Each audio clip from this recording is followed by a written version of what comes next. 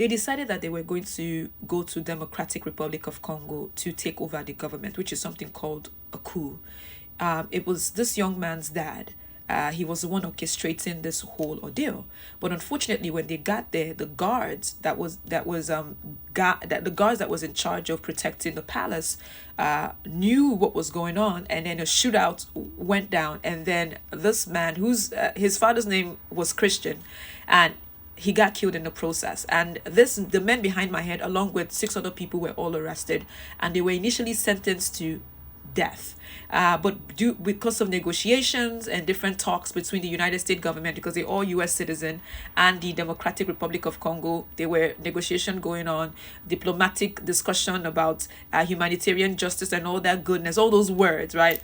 Those conversations led the conviction, which was initially a death sentence for these 3 American citizens, to more of a life sentence, right? But the thing is, they'll be spending life sentence in the United States of America, not in the DRC, which is quite an interesting move, eh?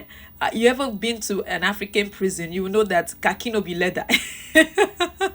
But it's quite an interesting story. Sometimes I wonder, because look at this image very closely. These men are what? There's a black man on my right hand side, and 2, I don't know if those ones, but I know this one on my far left is definitely a white man. So I don't know if race has a play in this. The government decided to fight for these men because one of them is indeed a white man. I don't know. I think sometimes it when you live in America, you are forced to think about race in certain instances, right? So I wonder if that plays a role here, or if the government, the US government, is just doing this because they really don't want their citizens to get killed. But what are your thoughts on this subject matter, though?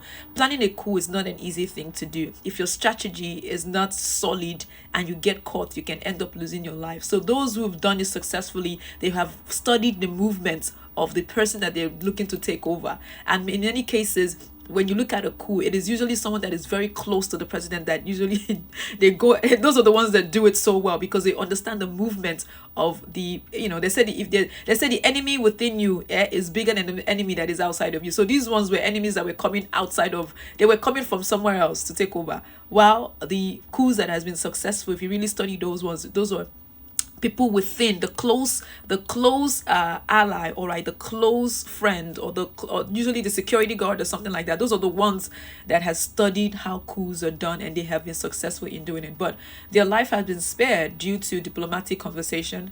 But what are your thoughts on the subject matter? Imoitina is my name. Now I can't even say my name properly. Imoitina is my name, and I'm a visual storyteller who happens to be visually impaired, and I just love covering African stories.